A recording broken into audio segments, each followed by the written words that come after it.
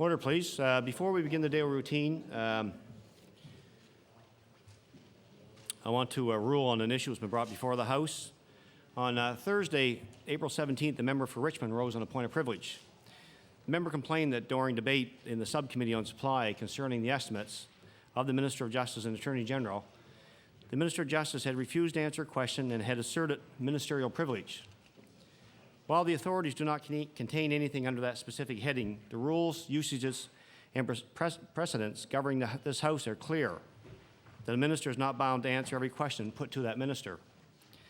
Previous speakers have ruled on this point, and the authorities support that principle. On November 12, 1974, the then Speaker, the Honourable Vincent McLean, had this to say: "A minister may decline to answer a question without stating the reason for his refusal, and insistence of a member is out of order.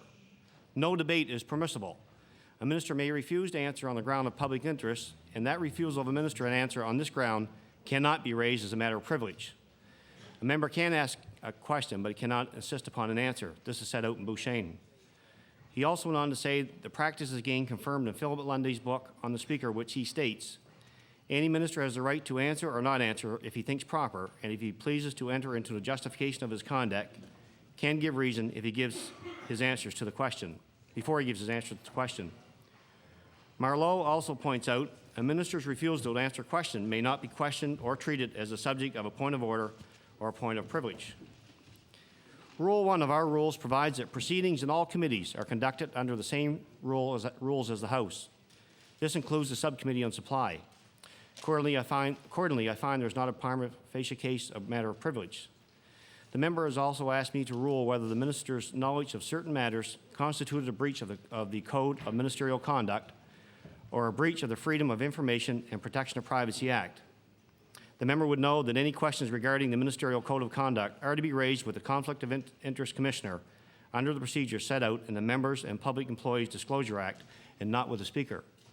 Similarly, it is not the role of the Speaker to make legal findings on whether provincial statutes have been breached, so we'll not be considering either one of these points. And a copy of the ruling is available for any members that wish to have so. And it's in Hansard. The debate for this evening's late debate was submitted by the Honourable Member for Shelburne. Be it resolved that the residents of Shelburne County have experienced an economic boost under the John Ham government. Be debated this evening at 6 p.m.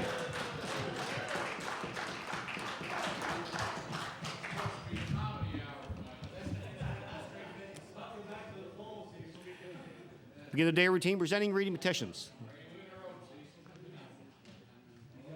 Presenting reports of committees. Table reports, regulations, and other papers. Statements by...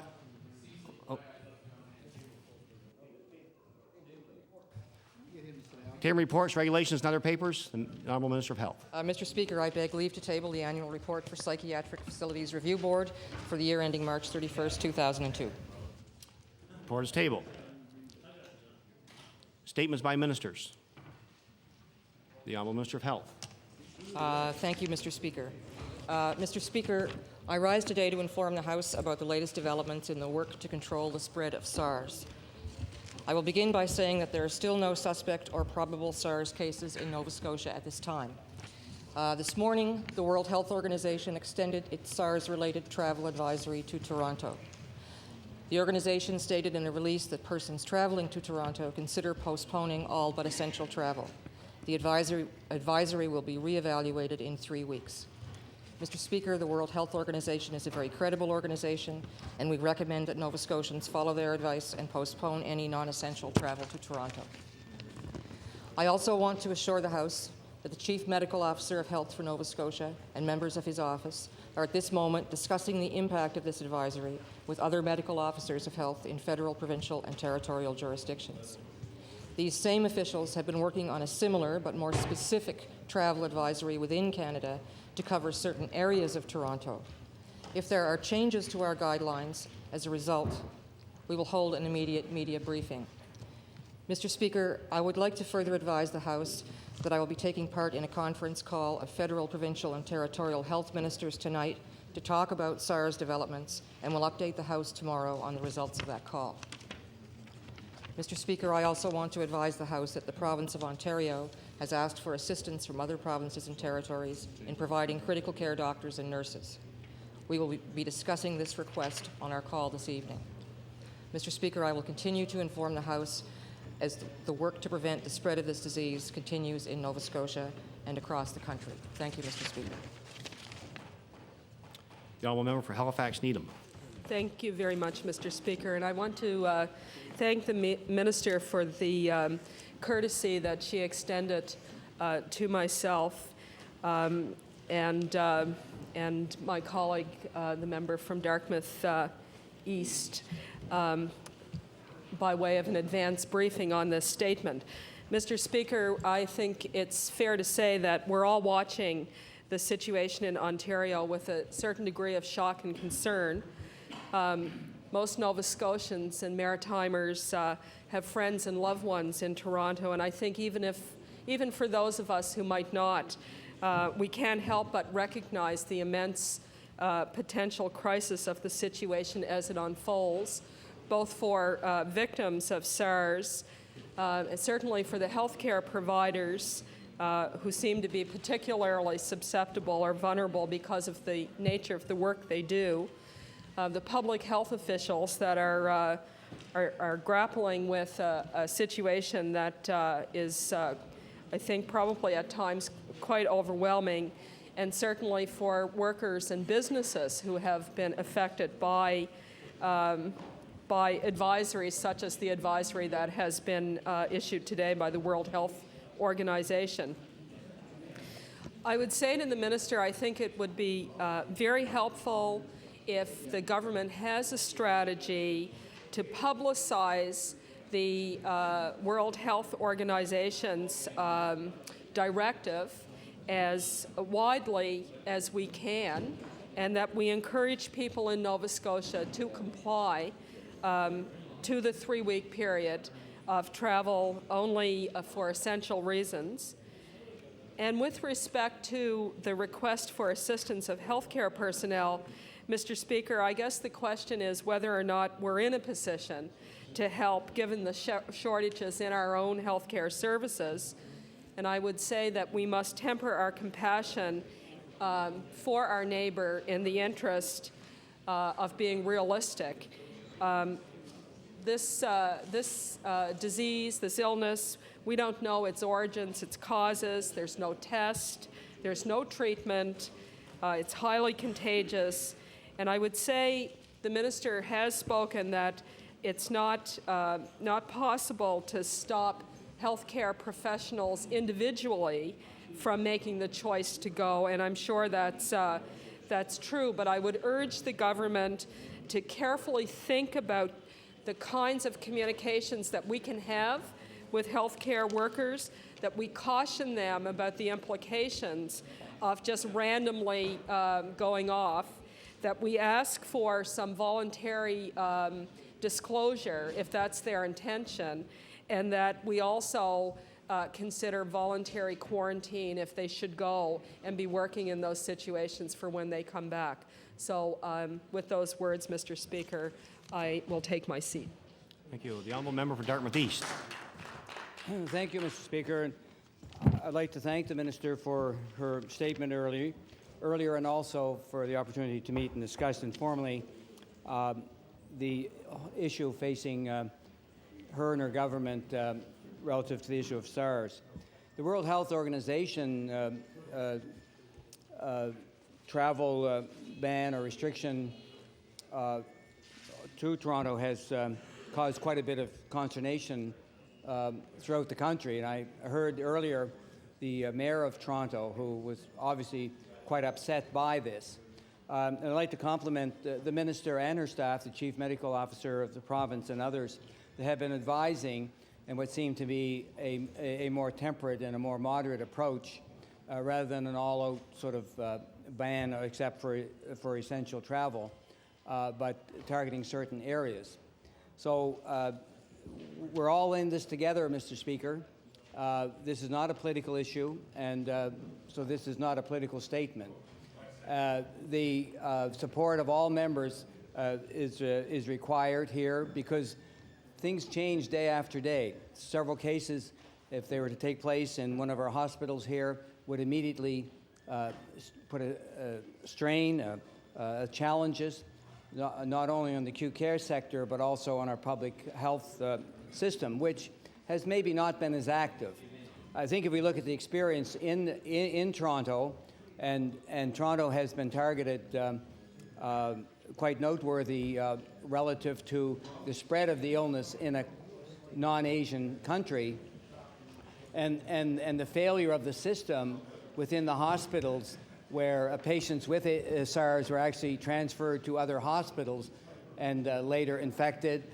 Some of the personnel, the health workers that should have been voluntary quarantined were not adhering to that and may have been part of a larger problem. So those are all issues that one must be cautious with, and how you order the length of quarantines, those people traveling, returning from certain areas, how they would be dealt with within their province, which brings to the point about the request from Ontario for health personnel across this country. That is commendable, and I think first we have to know what our own resources are here in the province, and in fact, if there was an area that had to be declared out of bounds in particular areas, particularly in an emergency department, such as a tertiary care hospital in QE2, the resources that we would have and how that would be addressed.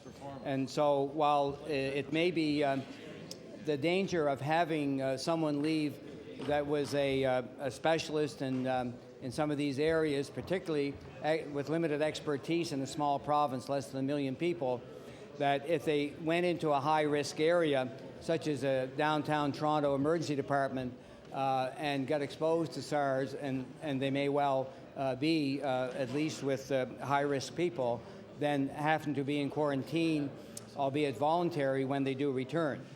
So this government has the power to evoke quarantine, but one would choose not to unless it was absolutely necessary. So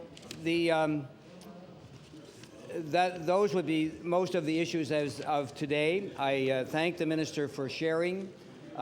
It's a challenge. Just when we think that high tech and all of the medications can knock off the superbug, nature comes along and throws us a curveball. So we all have to work together on this and support the Minister and her department in the action. She has good staff there. Dr. Jeff Scott, and I know her deputy is well versed in these matters as well. So she's getting good advice. She's obviously responding in a way that she'll be able to share Nova Scotia's position and where our priorities are later when she speaks with the federal health minister and the ministers of health from other provinces. So it's an ongoing saga. It shows that the antibiotics and the high technology is not necessarily the answer to everything, and that we have to look at some good public health technique and procedures like we did just a few years ago when tuberculosis was rampant in this province, and it's right back to basics and the healthcare system, and really challenges on the ground the public health system. I thank the Minister. Thank you. The honourable member for Cape Breton West on introduction. Yes, thank you, Mr. Speaker. Mr. Speaker, I'm pleased to introduce to you and through you to all members of the House, a very distinguished Nova Scotian. He's an individual who has served in this House on a previous moment in time. He's sometimes been referred to as landslide Ed because of the massive majorities, such as 6 and 15 and so forth. He has served with distinction in the Ministry of Department of Agriculture, and he is in your gallery, Mr. Speaker. He is the former member for Colchester North, the Honourable Ed Lorraine, and he's accompanied with another fine Nova Scotian, Mr. Glenn Edwards from the Truro area. And I would ask if all members would offer the warm welcome of the House to these two distinguished Nova Scotians.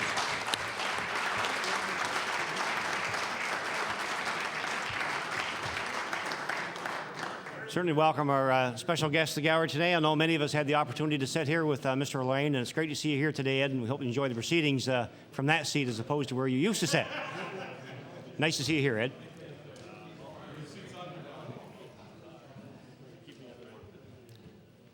Government notice of motion. The Honourable Minister of Education. Go ahead. The Honourable Minister of Finance. I'm sorry, Mr. Speaker. Speaker, I hereby give notice on the future day I should move the adoption of the following resolution.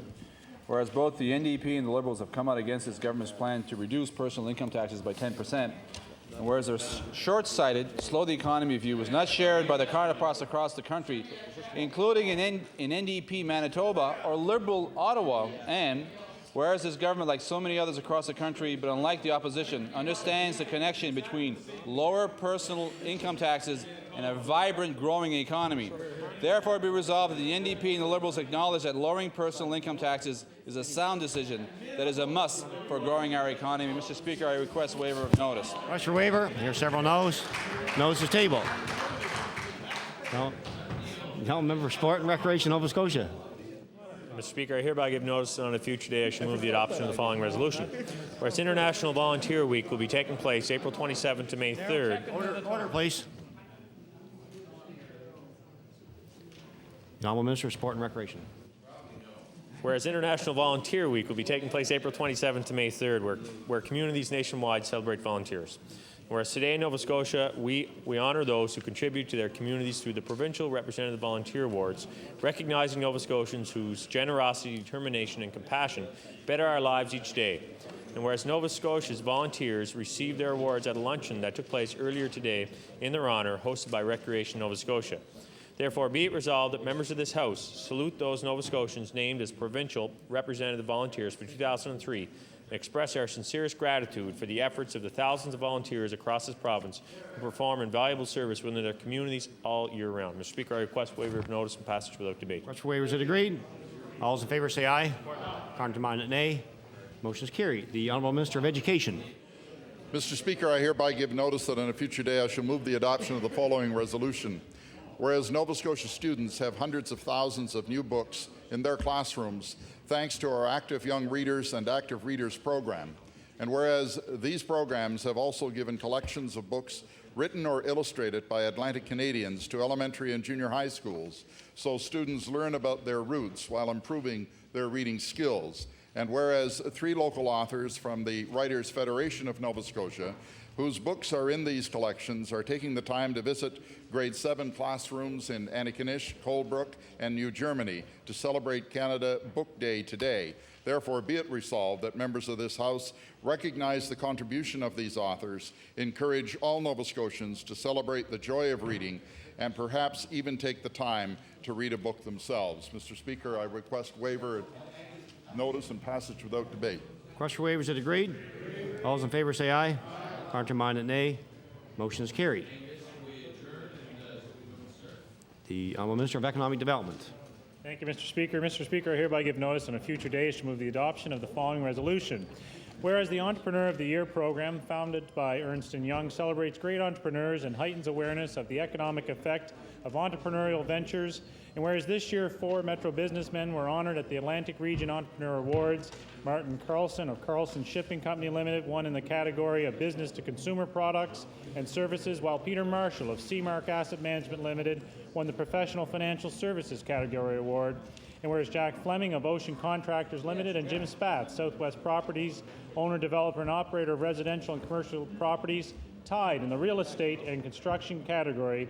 Therefore, be it resolved that all members of the House congratulate these successful entrepreneurs on their acknowledged success in each of their business ventures. And Mr. Speaker, I seek waiver and passage without debate. Question for waiver is agreed. All those in favour say aye. Contrary-minded, nay. Motion is carried. The Honourable Minister of Transportation and Public Works. Thank you, Mr. Speaker. Mr. Speaker, I hereby give notice that on a future day I shall move the adoption of the following resolution. Whereas Donald Marshall Jr. of Member 2 is in hospital in Toronto awaiting a double lung transplant, and whereas Mr. Marshall has made a significant contribution to the livelihood and self-awareness of First Nations communities in Nova Scotia, and whereas Mr. Marshall has become a role model for many Mi'kmaq youth throughout his work with young people, Therefore, be it resolved that the House of Assembly sends its best wishes to Donald Marshall Jr. for a complete recovery and an early return to his province. Mr. Speaker, I request waiver of notice and passage without debate. Request for waivers is agreed. All those in favor say aye. Counterminded, nay. Motion is carried. The Honourable Minister of Health. Thank you, Mr. Speaker. Mr. Speaker, I hereby give notice that on a future day I shall move the adoption of the following resolution. Whereas Dr. Ivar Mendez, head of the Division of Neurosurgery at the Queen Elizabeth II Health Sciences Centre, is part of a scientific team that has been awarded nearly $1.2 million by the Stem Cell Network to conduct leading-edge research into the use of stem cells to treat individuals with Parkinson's disease and stroke. And whereas approximately $350,000 of this money will go directly to research carried out in Nova Scotia, one of the largest grants ever awarded for stem cell research in Atlantic Canada. And whereas stem cells have the potential to revolutionize medicine and offer real hope to individuals with degenerative and other diseases, therefore be it resolved that the members of this House join me in congratulating Dr. Mendez and his team for receiving an award that not only helps to advance our understanding of devastating diseases, but also contributes to the growth of a vibrant and healthy research community here in Nova Scotia. Mr. Speaker, I request waiver of notice. Request for waivers is agreed. All those in favor say aye. Counterminded, nay. Motion is carried.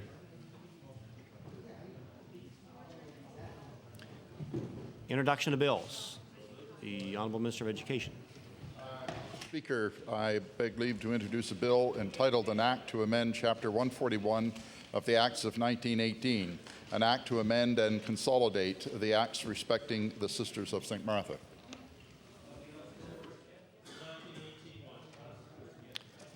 The honourable member begs leave to introduce a bill entitled An Act to Amend Chapter 141 of the Acts of 1918, an act to amend and consolidate the acts respecting the Sisters of St. Martha. Bill 40, entitled An Act to Amend Chapter 141 of the Acts of 1918, an act to amend and consolidate the acts respecting the Sisters of St. Martha. Or this bill be read a second time at a future date.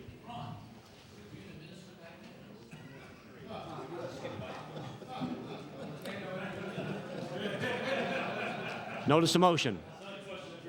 The honourable member Cape Breton West. Thank you, Mr. Speaker. Mr. Speaker, I hereby give notice that on a future day I shall move the adoption of the following resolution.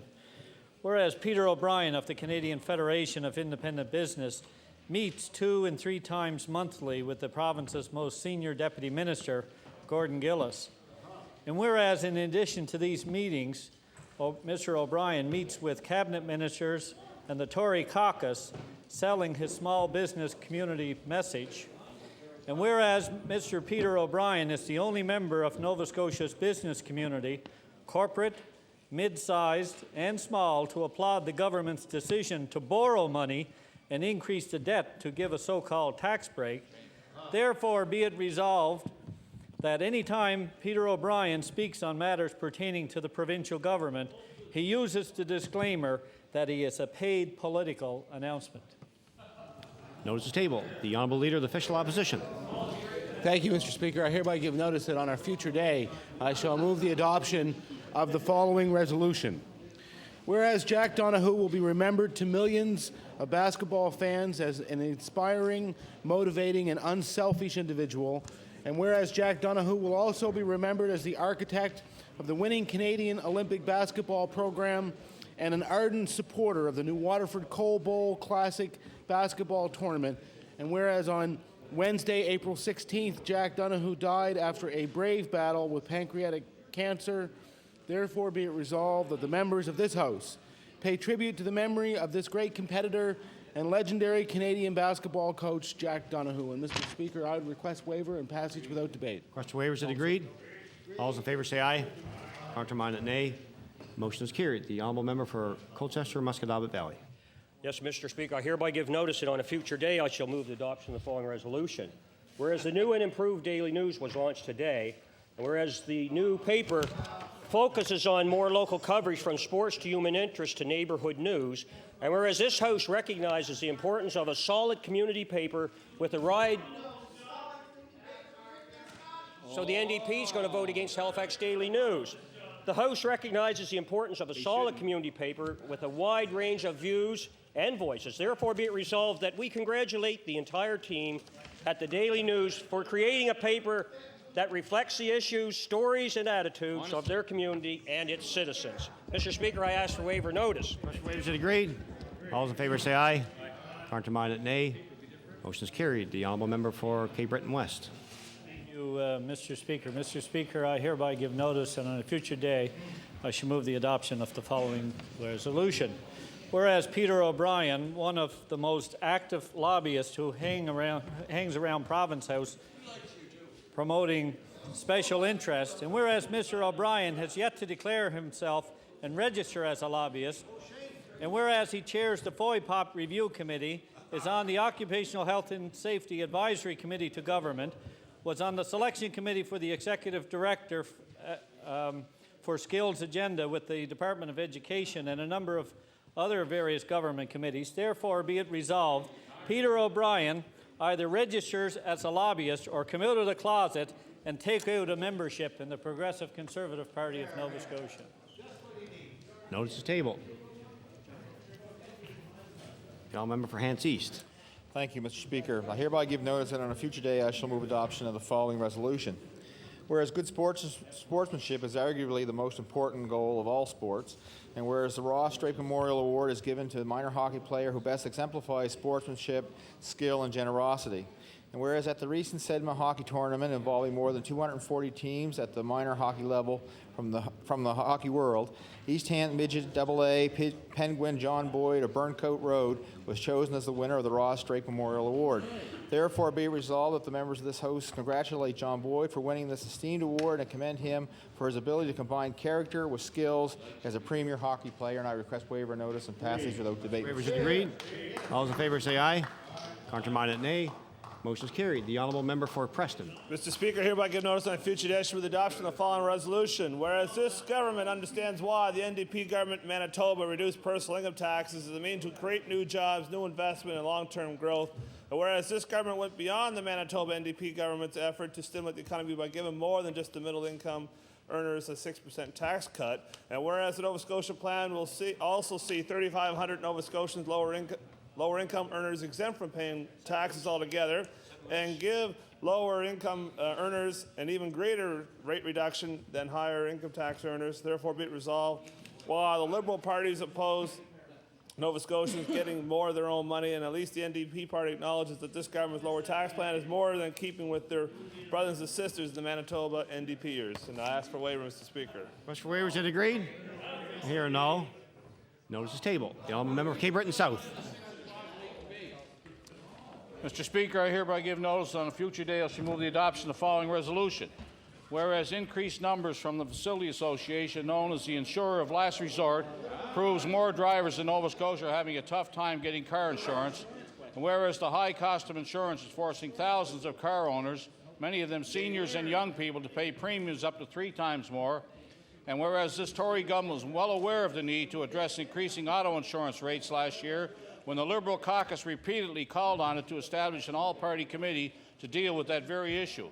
Therefore, be it resolved that pretending that it is interested in addressing auto insurance rates for seniors and young people at the last minute, and shamefully during the election year, the Conservative government admit that it could have done more, but chose instead not to address the matter earlier. I'd ask for waiver. Question for waiver. Here are several noes. Notice is tabled. The honourable member for Halifax Atlantic. Thank you, Mr. Speaker. Hereby give notice on a future day I shall move the adoption of the following resolution. Whereas the Freetown Players are a premier dance, drum, and theatre troupe from Sierra Leone.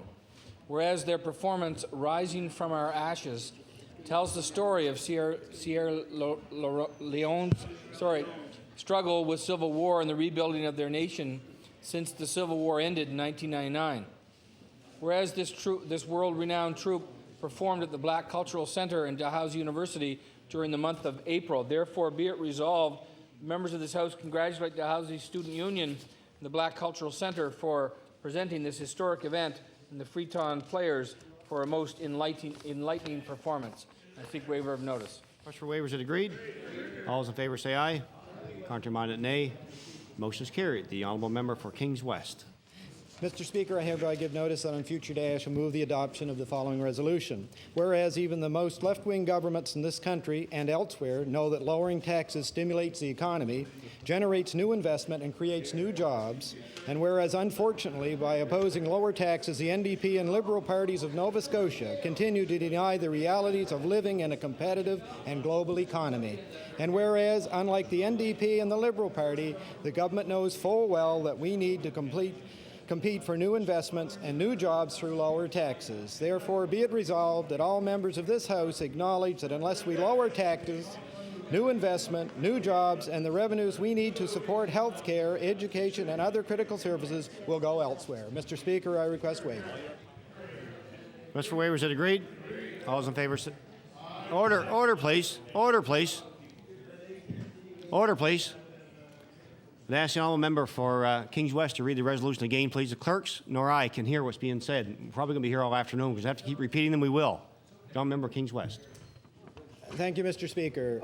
I hereby give notice that on future day I shall move the adoption of the following resolution. Whereas even the most left-wing governments in this country and elsewhere know that lowering taxes stimulates the economy, generates new investment, and creates new jobs. And whereas, unfortunately, by opposing lower taxes, the NDP and Liberal parties of Nova Scotia continue to deny the realities of living in a competitive and global economy.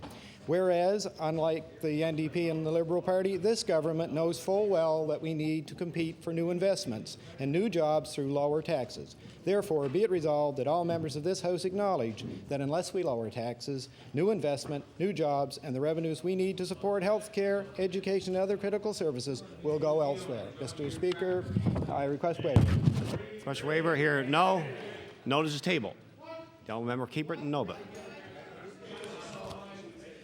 Mr. Speaker, I hereby give notice that on a future day I shall move adoption of the following resolution.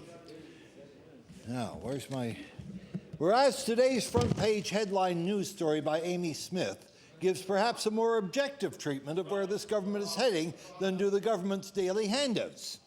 And whereas it is all enumerated here as to what the $155 checks will cost the taxpayer, $68 million, and that the total worth of their campaign promises to date is $700 million and growing daily. And whereas, he wants this tabled, here, table that for the member. Whereas the Tories claim on the one hand, to be balancing the budget. Whereas the Tories claim on the one hand to be balancing the budget, Mr. Speaker, and at the same time drive the province deeper into debt by $500 million since they came to office, bringing our debt to an all-time high of $12 billion. Resolved that all Nova Scotians should stay tuned as the Tories push the dollar value of their campaign promises over the $1 billion mark, while at the same time claiming to have balanced the budget. All of which raises the question of, if this is balancing, what then, pray tell, is an unbalanced budget? Notice table. The honourable member of Timberley Prospect. Thank you, Mr. Speaker. I'll be asking for waiver and passage without debate. I hereby give notice that on a future day I shall move the adoption of the following resolution.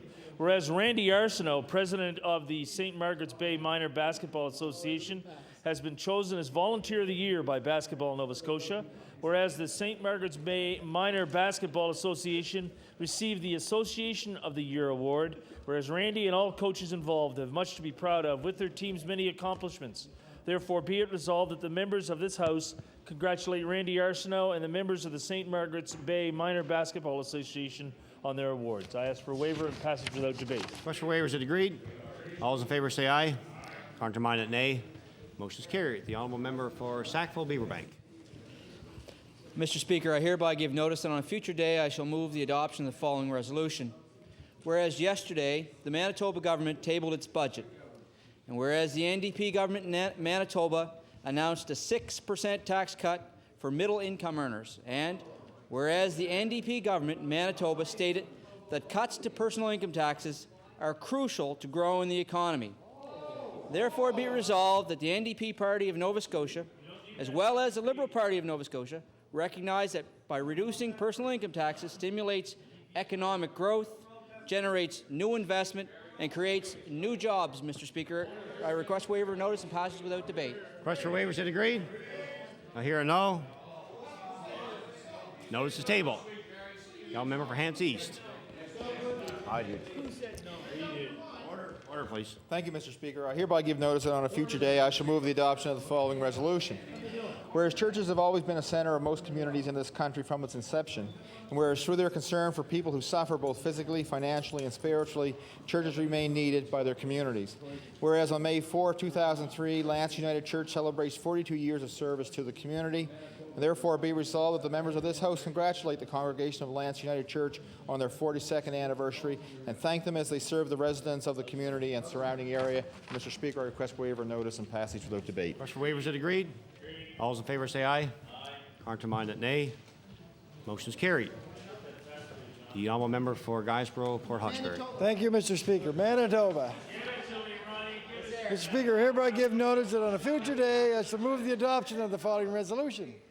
Whereas the NDP government in Manitoba is cutting personal income taxes of middle income earners by 6%. And whereas the 6% tax cut represents an annual saving of $310 for Manitoba taxpayers.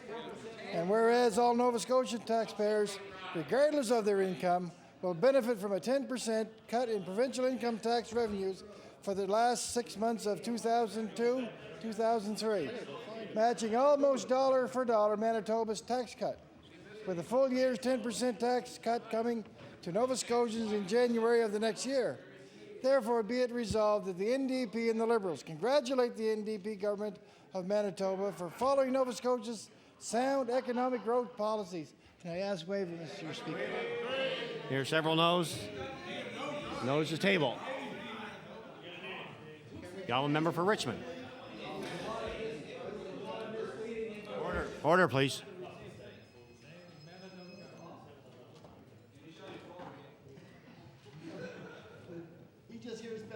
The honourable member for Richmond. Mr. Speaker, I hereby give notice on a future day I shall move the adoption of the following resolution. Whereas once again it appears the Premier is suffering from a bout of Blue Book amnesia when it comes to the fiscal commitments he made to Nova Scotians in 1999. Whereas yesterday the Premier called upon us to read page 28 of his Blue Book, claiming he has lived up to his commitments regarding the debt and fiscal management.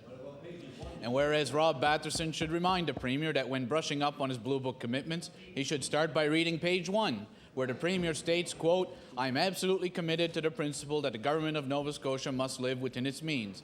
Borrowing hundreds of millions of dollars and mortgaging our children's future without so much as a plan is simply wrong," end quote. Therefore, be it resolved that regardless of the efforts of Tory spin doctors to train the Premier in giving answers, Nova Scotians will not forget that by adding millions of dollars to the debt in the last 4 years, with another $118 million forecasted for next year, the Premier has broken a fundamental promise made to the people of Nova Scotia. Notice is tabled.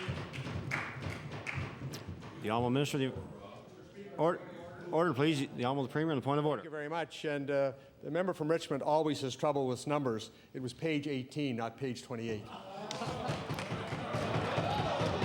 It's not a point of order, but it's a clarification of the facts. The honourable minister of Energy.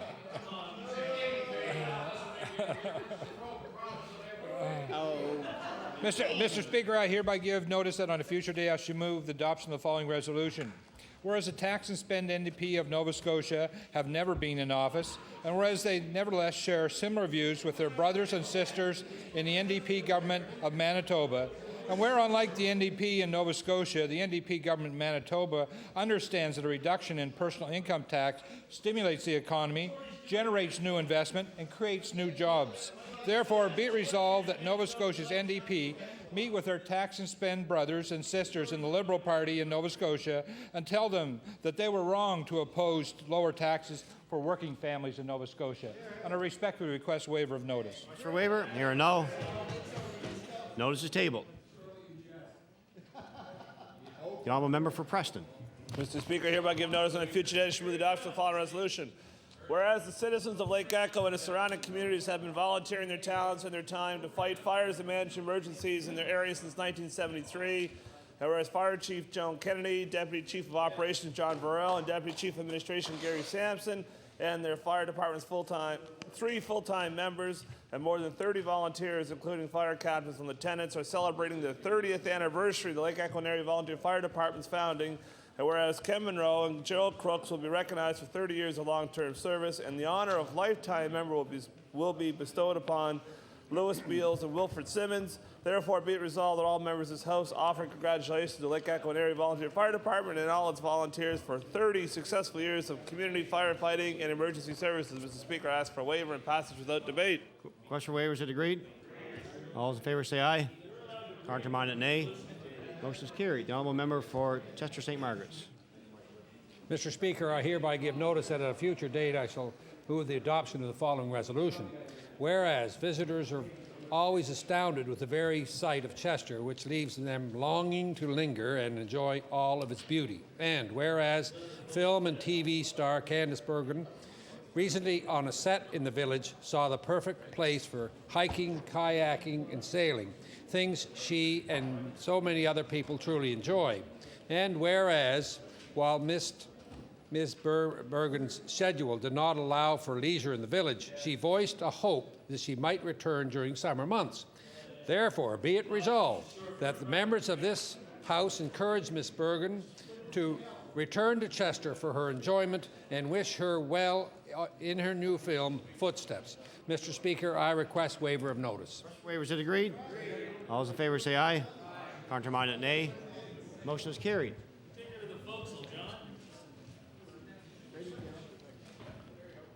Now a member for Eastern Shore. Thank you, Mr. Speaker. I hereby give notice that on a future day I shall move the adoption of the following resolution. Whereas on Saturday of last week, the Musquodoboit Harbour and District Ladies Auxiliary hosted a dinner theatre, and whereas the dinner theatre was a project designed to raise funds to purchase a chairlift for the fire hall, and whereas the play entitled Aunt Jane's Last Supper, written by Verna Dunlop, was a tremendous success, featuring yours truly as the role of preacher, and Halifax Regional Municipal Councillor for District 1, Stephen Stretch, playing the role of a delivery boy. Therefore, be it resolved. Preacher, delivery boy. Had to say it. Therefore, be it resolved that all MLAs extend our warmest wishes to the organizers of this local community fundraiser and wish them continued success. And Mr. Speaker, I request waiver of notice. Thank you. Question for waiver is it agreed? All those in favor say aye. Counterminded, nay. Motion is carried.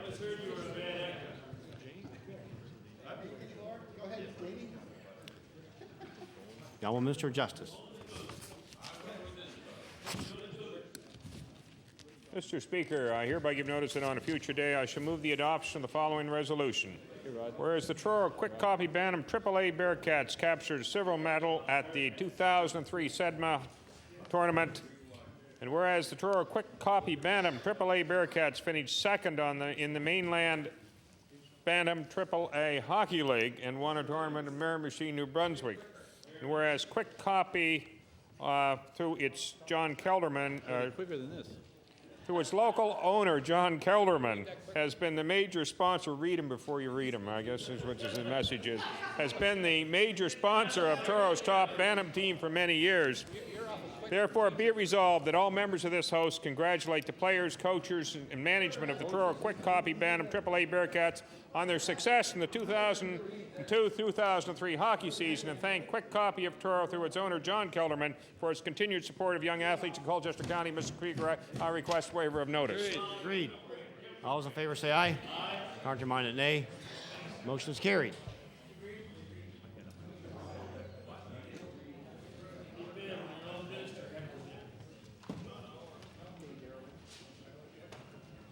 The member for Queens.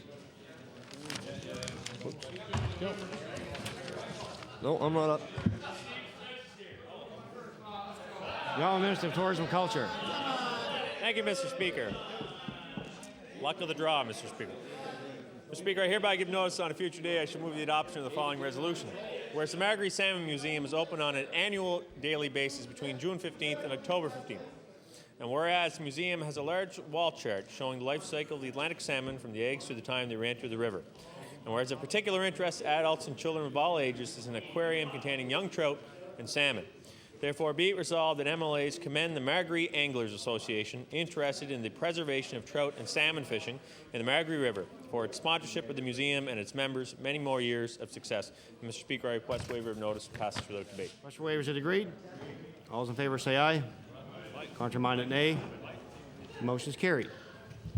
The Honourable Minister of Transportation and Public Works. Thank you very much, Mr. Speaker. Mr. Speaker, I hereby give notice that on a future day I shall move the adoption of the following resolution. Whereas the Canadian Trampoline and Tumbling Championships are being held in Saskatoon May 17th, and whereas many gymnasts from across the country will be taking part in the upcoming competition, and whereas Brittany Sutherland, Crystal Lozon, and Johnny Cruikshank of Mahone Bay Twisters will be competing at the national competition, therefore be resolved that the members of the House of Assembly wish Brittany, Crystal, and Johnny every success in their upcoming competition in Saskatoon. Mr. Speaker, I request waiver of notice and passage without debate. Request for waivers is agreed. All those in favor say aye. Contrary-minded, nay. Motion is carried.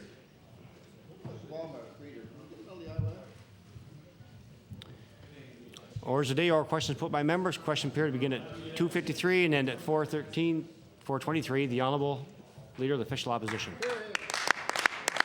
Thank you very much, Mr. Speaker.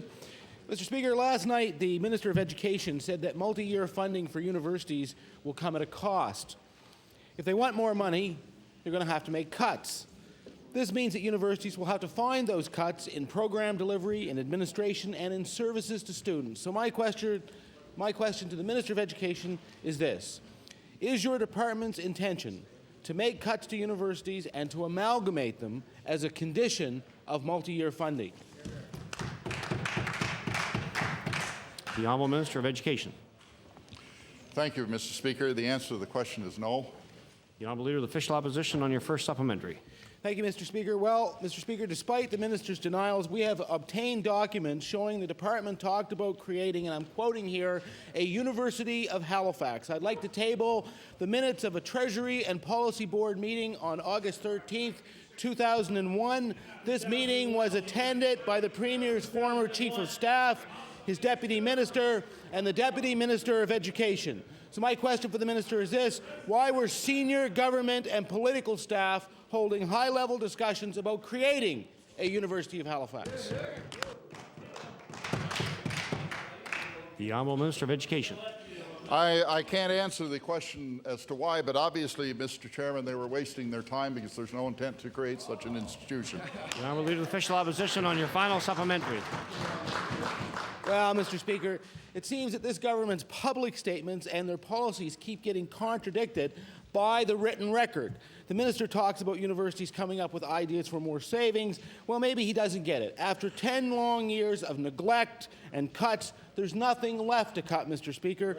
Minister, the Liberals cut and tried to centralize many university programs. Why hasn't your government learned from the Liberals' mistakes? My question is this: why does this government continue to pursue the idea of forced amalgamation? The Honourable Minister of Education. Thank you, Mr. Chairman. Obviously, 2 noes didn't get through to the honourable member, so a third one would be a waste of time. But what I can say is the honourable member does not understand the difference between cut and efficiencies. Efficiencies are always able to be found, and there are other objectives relative to long-term funding that can be achieved to create better services to students and to enhance the quality of education within this province. The universities of this province are prepared to enter discussions relative to obtaining those objectives, Mr. Chairman, or Mr. Speaker, and the honourable member should understand that efficiencies can be achieved and are always being achieved by all institutions. Hear, hear. The Honourable Member for Richmond. Mr. Speaker, the Liberal Party has made it very clear that providing tax cuts at a time when the province continues to borrow millions of dollars is not appropriate. Mr. Speaker, we have a government now that has indicated that it made a commitment in 1999 to provide a 10% tax cut and indicates that it has kept that commitment. My question very simply to the Premier today: Mr. Premier, was giving a $155 check to Nova Scotians the only option available to your government to deliver tax cuts this year? Good question. The Honourable the Premier. Thank you very much, Mr. Speaker. And members of the House are aware, and I think many Nova Scotians are aware, that Hansard is an accurate record of what members have said in this House. And a recent perusal of Hansard revealed the following statement, which was made in this House on May the 16th, the year 2001, by the then finance critic for the Liberal caucus. And this is what that finance critic said on behalf of all of his caucus members. Decoupling, in effect, this is when the minister decoupled from the federal tax, the Nova Scotia government control over our tax system. Our caucus, meaning our Liberal caucus, is calling on the government of Nova Scotia to immediately implement a full indexation to the tax system and to relieve the growing tax burden on Nova Scotians. The honourable member for Richmond on your first supplementary. Mr. Premier, you were asked a very simple question. I will ask it to you again.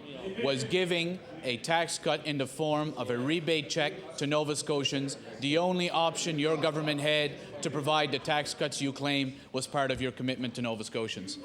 The Honourable the Premier. Thank you.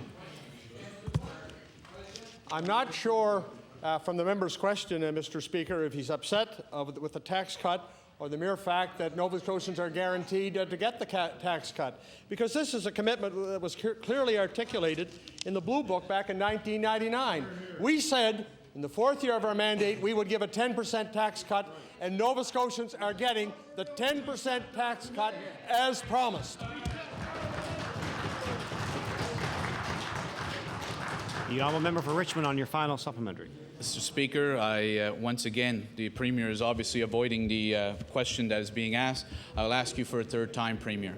Was sending out a $155 check to Nova Scotians the only means your government had to provide the 10% tax cut you claim was committed to Nova Scotians? It's an easy question.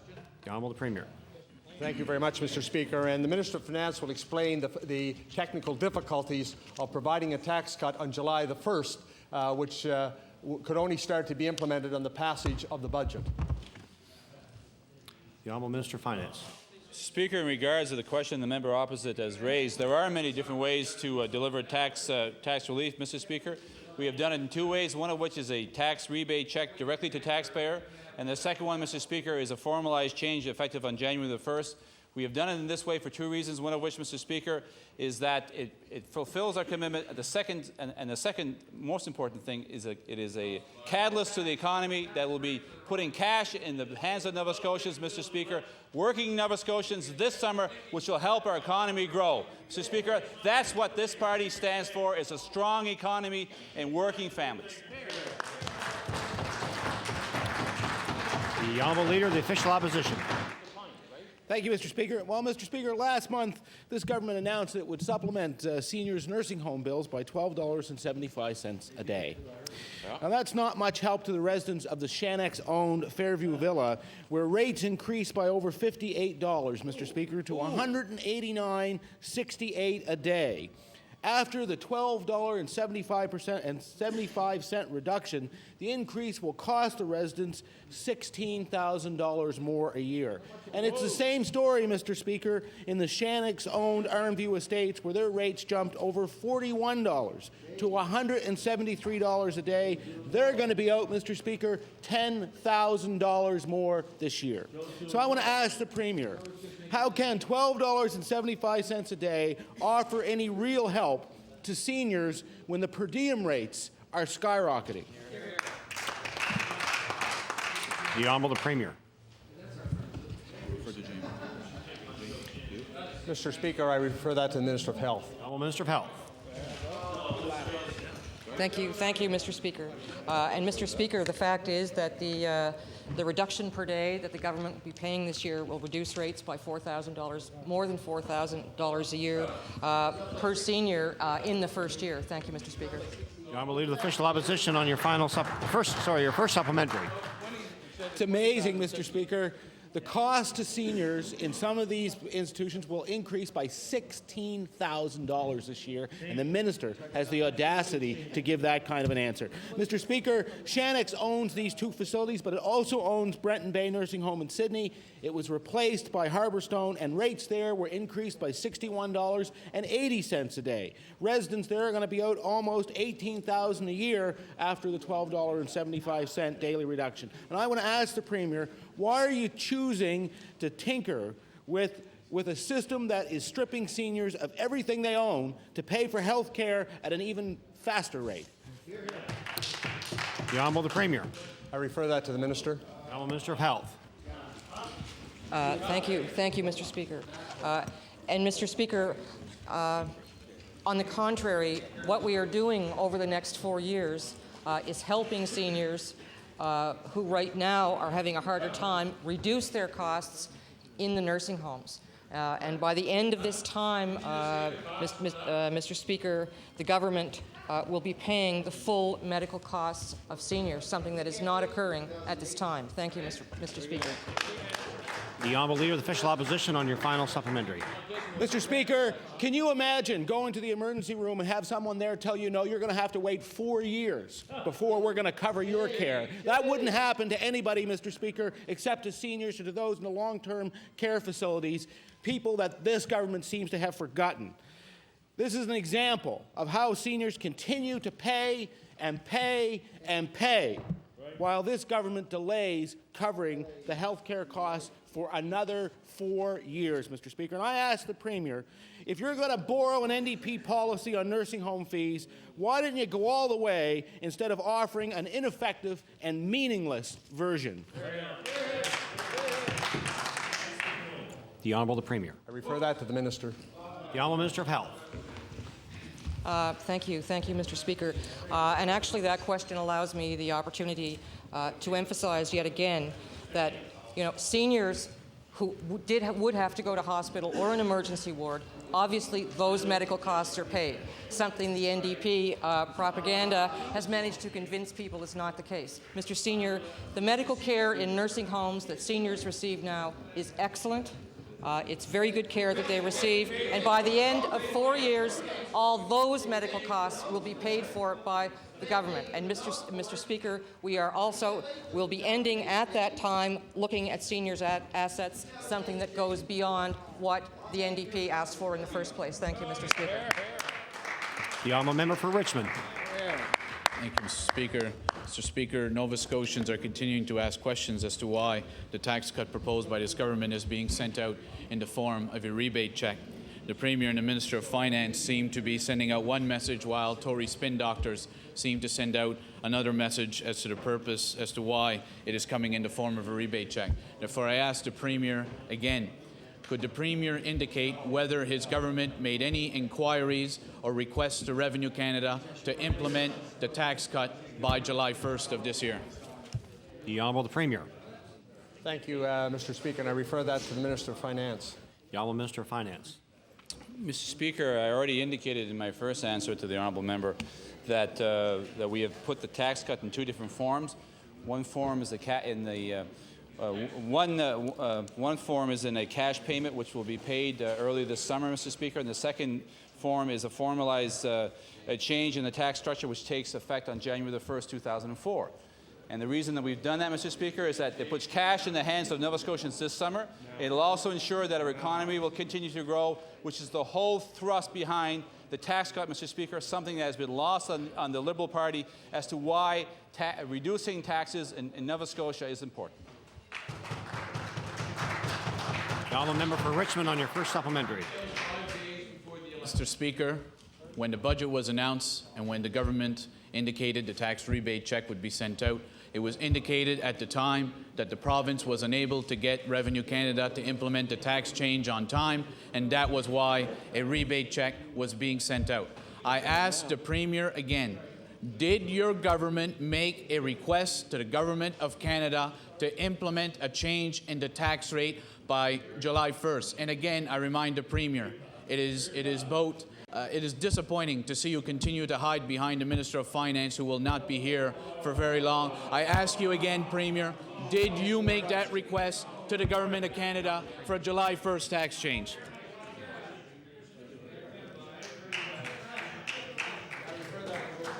The Honourable Minister of Finance. Speaker, the member opposite has stated something in this House which is not true. He stated the fact that we had said we did that because we couldn't get it in time for July the 1st.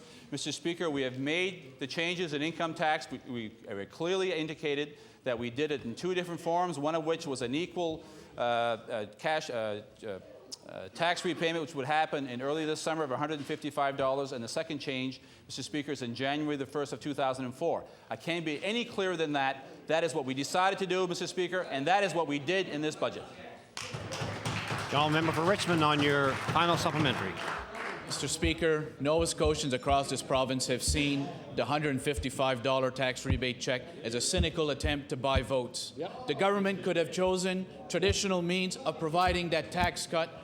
They could have asked Revenue Canada to make that tax change on July 1st, which would have had the same which would have accomplished the same goal as what they set out to do with the check. Therefore, I ask the Premier again, before deciding on sending out a rebate check, did you ask Revenue Canada to make a change in the tax rate effective July 1st of this year, keeping the commitment you claim you made in the Blue Book? Hear, hear. The Honourable Premier. Thank you, Mr. Speaker, and I refer that to the Minister of Finance. The Honourable Minister of Finance. Mr. Speaker, why would we ask Ottawa whether we can do it on July 1st when our determination was we would make a cash payment? Can't be clearer than that, Mr. Speaker. The Liberal Party of Nova Scotia may not believe that lowering taxes will grow their economy. Every province in Canada has lowered taxes except for Nova Scotia, and we are doing that this year.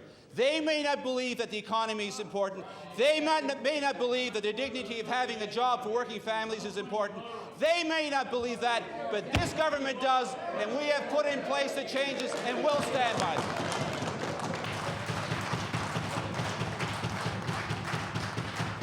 The Honourable Member for Halifax Needham. Thank you very much, Mr. Speaker. Order, please. Order, please. The Honourable Member. The Honourable Member for Halifax Needham. Thank you, Mr. Speaker.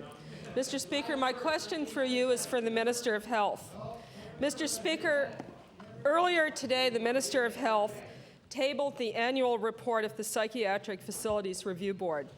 For the third consecutive year, Mr. Speaker, the government gets a failing grade in addressing the very serious problem of the lack of resources in the community for the placement of severely mentally ill patients to reduce the need of hospitalization.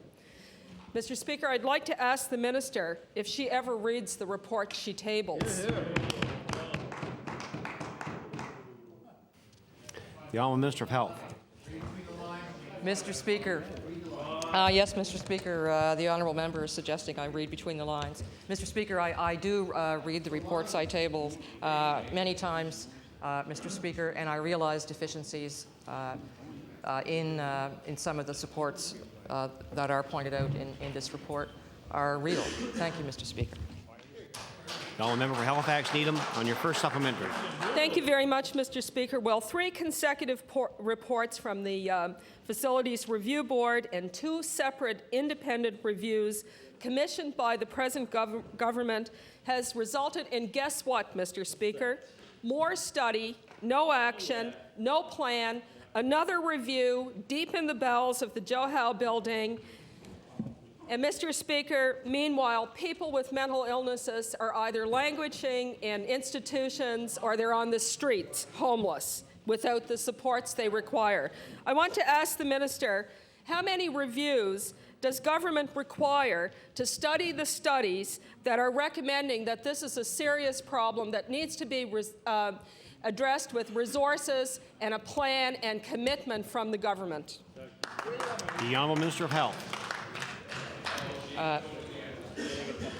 Thank you, Mr. Speaker. And Mr. Speaker, we recognize that in the areas of, in many areas in the field of mental illness, that Nova Scotia needs to go a long way. Mr. Speaker, and that is why we are developing a new Mental Health Act. It is why we announced mental health standards. We're the first province in the country to have these standards, and that's why we're committing the amount of money we are this year to try to address some of these very real needs. Thank you, Mr. Speaker. All member for Halifax Needham. Thank you very much. Well, Mr. Speaker, my final question to the minister is, will she commit to a plan of action that will address this very serious problem, which has been identified repeatedly by the bodies who represent government in providing advice as well as consumer groups? The Honourable Minister of Health. Thank you, Mr. Speaker.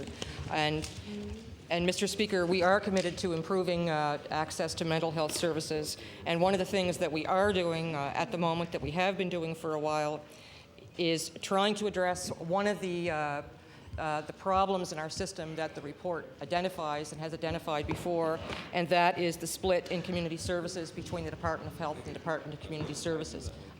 That is an area that definitely needs to be improved, because it is in that area where, if the two departments were more united, that we could provide better services to all the people who need them. Thank you, Mr. Speaker. The Honourable Member for Dartmouth North.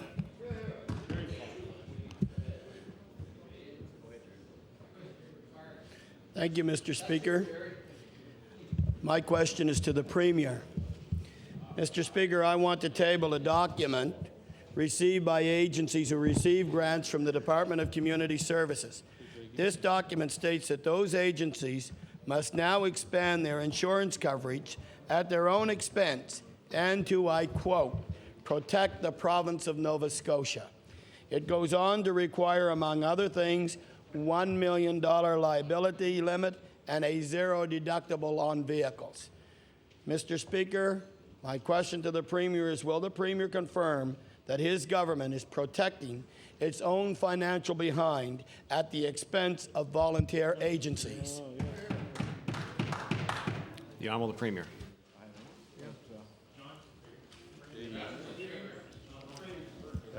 Thank you very much, Mr. Speaker. I heard the question, but I didn't hear the preamble, and without hearing the preamble, I really can't understand the question. So if the member opposite is prepared to repeat it, I'm prepared to try and hear it. The Honourable Member for Dartmouth North, maybe just briefly the question only, please, so that. Sorry, Mr. Speaker. If you could shorten the Reader's Digest, maybe version would be great. Thank you. Certainly, Mr. Speaker. I will shorten it, Mr. Speaker. It is about the Department of Community Services requiring agencies to fund their own insurance policies, and it says that, in fact, this document states that the agencies must now expand their insurance coverages to their own expense, and I quote, protect the province of Nova Scotia. It goes on to require, among other things, $1 million liability and a zero deductible on vehicle insurance. So, once again, Mr. Speaker, to the Premier, will the Premier confirm that his government is protecting its own financial behind at the great expense of volunteer agencies? The Honourable Premier. Thank you very much, Mr. Speaker. And the Minister of Community Services has been called away from the House, and I'll take the question under advisement. Thanks. The Honourable Member for Dartmouth North on your first supplementary. There are dozens of Order, please. The Honourable Member for Dartmouth North. Thank you, Mr. Speaker. There are dozens of agencies that received grants from community services, and they include Meals on Wheels, YMCAs, the Micmac Child Development Center, to name a few.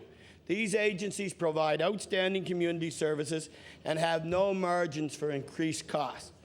Mr. Speaker, will the Premier confirm to this House that his government is now requiring many of these agencies to shoulder a drastic increase in insurance costs to protect his government's financial interest? The Honourable Premier. Thank you very much, and I'll take that question under advisement. The Honourable Member for Dartmouth North on your final supplementary. Well, once again, Mr. Speaker, another to probably go under advisement. Mr. Speaker, this government has just required that agencies like the Boys and Girls Club, Big Brothers, Big Sisters, and others cover the province for liability. My question to the Premier: has his government done any analysis to determine what effect paying thousands of extra dollars in insurance will have on these voluntary agencies? The Honourable the Premier. Thank you very much, Mr. Speaker. And it is difficult to answer questions on a specific department. But on that particular question, I did hear the Minister discussing the issue. And my recollection is that 2 of the police boys' clubs in Nova Scotia have been refused insurance. And we are looking at that. But it is also our understanding that the others have been awarded renewals of their insurance policies. Now, that is my understanding of the issue. The Honourable Member for Richmond. Thank you, Speaker. Mr. Speaker, during budget lockup, senior officials with the Department of Finance indicated that the $155 rebate check was due to the fact that Revenue Canada was not given sufficient notice to implement a tax change. Yep. The Premier in his first response indicated that the passage of the budget would have an impact on the implementation of a tax change. In fact, the Minister of Finance, when our leader said that he would undo the January 1st change, indicated that he would not have the time needed for Revenue Canada to do that, indicating that a certain time limit was required before that implementation could be done. Mr. Premier, the fact is, your government, sir, had a choice. It could have implemented the tax cut on July 1st through the traditional means through Revenue Canada, or could expose itself to allegations of vote buying and cronyism by mailing out a rebate check to Nova Scotians. Right. I ask you again, Mr. Premier, why did you mail out the rebate check when you could have implemented a tax cut on July 1st through Revenue Canada through the traditional means of doing so? The Honourable the Premier.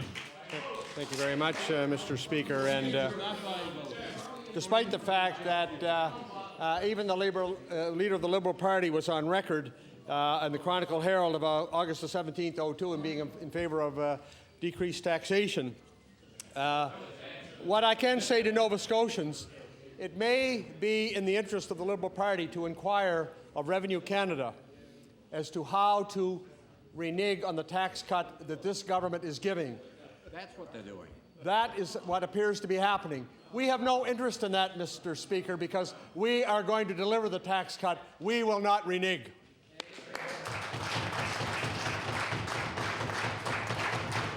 Honourable Member for Richmond on your first supplementary. Mr. Speaker, the veil has been lifted, the mask is coming off. Yep. The Premier had a choice. He could have put the interest of Nova Scotians first. He could have put the integrity of his government first and said, if I'm going to keep my word, I will do it by changing the tax rate July 1st. Yep. Or I can listen to the spin doctors and the Tories who are telling me to get re-elected. Why don't you mail them out a check right around the election time and use their own money to try to encourage them to vote for the PC party in the next election? That is the fundamental choice this Premier had. I ask the Premier again, why is he mailing out a check to Nova Scotians with their own money, which is borrowed money, on the eve of an election when he could just have easily implemented a change to the tax rate on July 1st through Revenue Canada? The Honourable the Premier. Thank you, Mr. Speaker, and I refer that to Minister of Finance. Minister of Finance.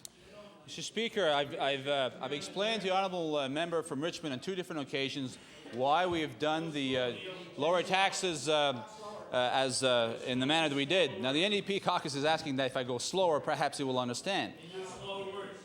Mr. Speaker, we have done the changes as we have outlined because, Mr. Speaker, we wanted to meet the commitments to Nova Scotia that we said that we would, but also, Mr. Speaker, by doing this, the cash rebate directly to taxpayers, we are putting a stimulus into the economy, Mr. Speaker, which will help the economy in this year.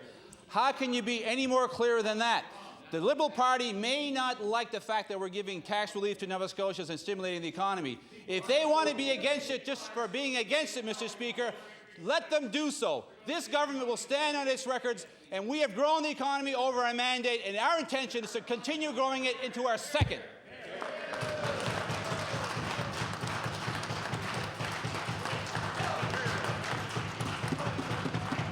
Now a member for Richmond on your final supplementary.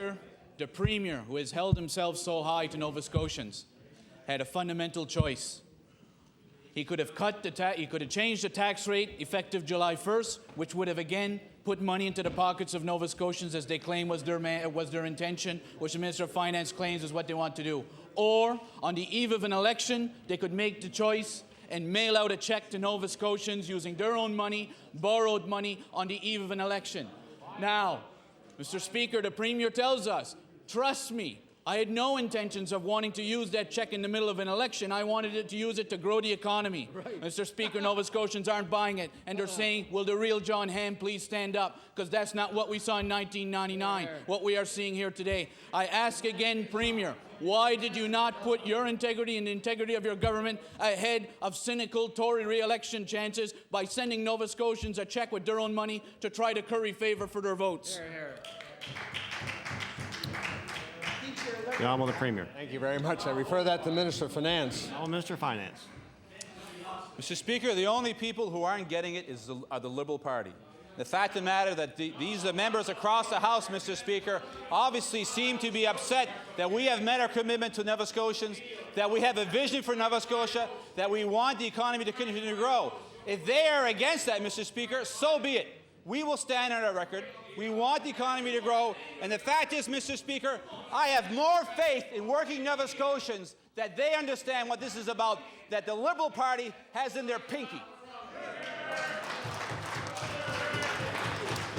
Now member for Halifax, Shabakto.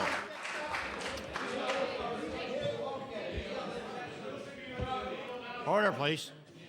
Order, please. The member for Halifax, Shabakto.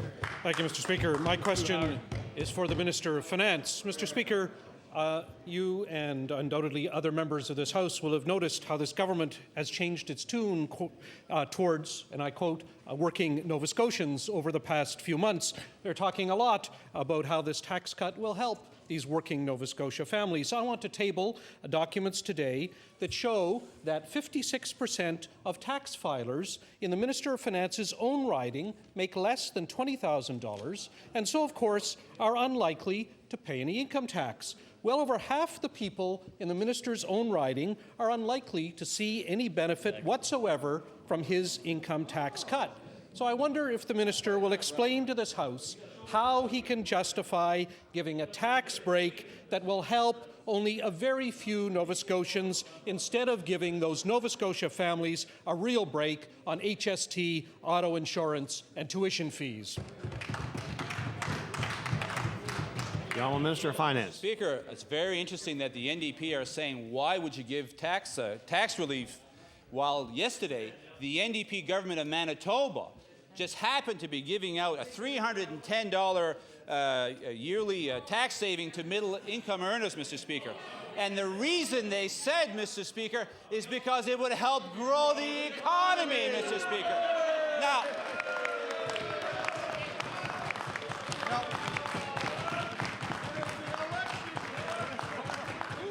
Now, Mr. Speaker, I may not convince the NDP that growing the economy is important.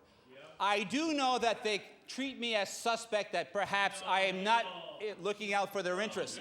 But, Mr. Speaker, I'm sure Greg Salinger, who is the finance minister of Manitoba, and his colleagues will share all their information with you. And you can see the light. Just give it a try.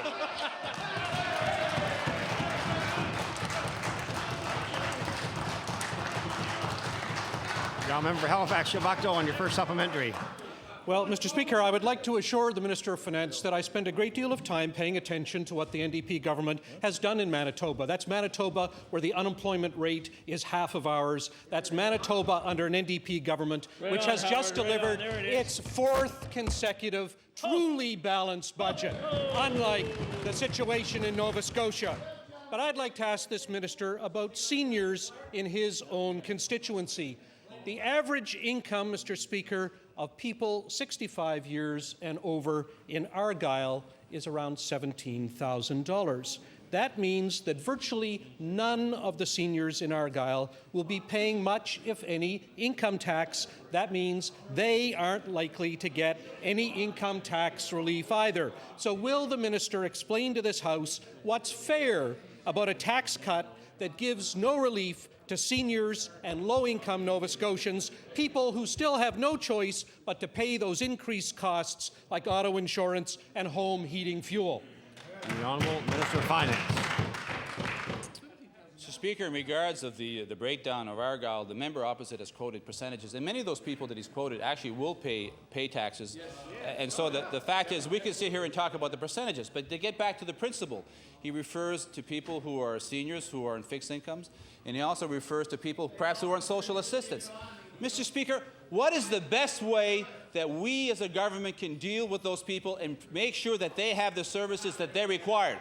It is through a strong economy, Mr. Speaker, where people pay income taxes, where the economy continues to grow. That is exactly what these changes in this budget will do, Mr. Speaker, and that is why the NDP government in Manitoba, Mr. Speaker, has put forward reduction in taxes so that their economy will grow, something that they seem to agree with what we're doing here in Nova Scotia. Now, member for Halifax-Shabukto on your final supplementary. Well, you know, Mr. Speaker, I think people in Argyle who own fish plants will probably do very well out of an income tax cut.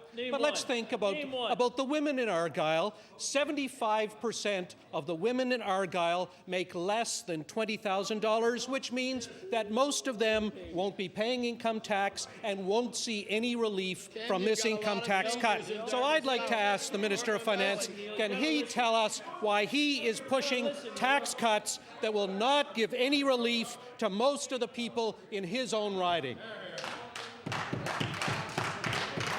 The Honourable Minister of Finance. Mr. Speaker, I heard the member from Halifax-Shabukto saying that if someone made $20,000, they wouldn't pay income tax.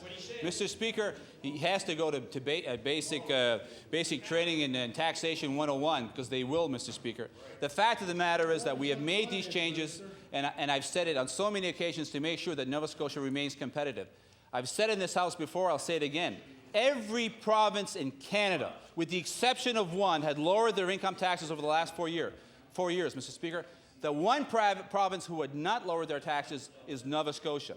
We have lowered our taxes after a long process of balancing our budget, starting from a deficit of $500 million to where we have tabled in this year our second balanced budget, and we are now, today, giving tax relief just as we promised Nova Scotians. We have done something we said we would do. Isn't that refreshing? The member for Halifax-Shabukto. Well, thank you, Mr. Speaker. Let's have a look at the details of Pictou Centre. My question is now going to be to the Premier. I bet the people in Pictou Centre think that the Premier has their best interests at heart, and they think that he goes to the caucus and cabinet every week fighting for them to make sure they get a good deal. But, you know, they're going to be a little puzzled about this tax cut. I'm going to table documents showing 54% of tax filers in the Premier's own riding make less than $20,000 and so are unlikely to be paying any income tax. When he talks about being a Premier for all Nova Scotians, I guess he means except for most of the people in his own riding.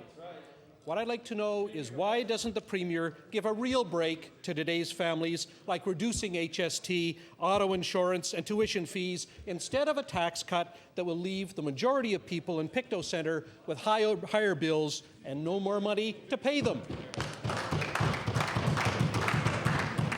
The Honourable the Premier. Thank you, Mr. Speaker, and I refer that to the Minister of Finance. The Honourable Minister of Finance. Mr. Speaker, in regards of the member from Halifax-Shabukto going through each provincial riding on a percentage, you know, I mean, we can do this on many different occasions and as many times. But I will say, Mr. Speaker, that the member opposite is not presenting the facts accurately when he says that people who are make under $20,000 will not pay income taxes, Mr. Speaker. That is not the case. So the situation is, Mr. Speaker, overall, that the changes that we put in place, Mr. Speaker, is to help not only to grow the economy and to help people stay and to come to Nova Scotia to have jobs here, but it is also to put in place a strong economy which generates revenues that we will deal with those in need.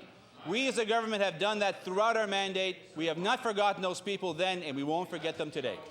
The member for Halifax-Shabukto on your first supplementary.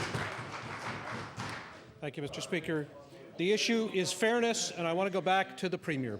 Even though he's not going to do the right thing and pay for things like long-term care for another 4 years, and he's not willing to give seniors a tax break, seniors in Pictou Centre, again, make an average of $20,000 in income, and contrary to the Minister of Finance, very few of them, if any, will be paying much, if any, income tax.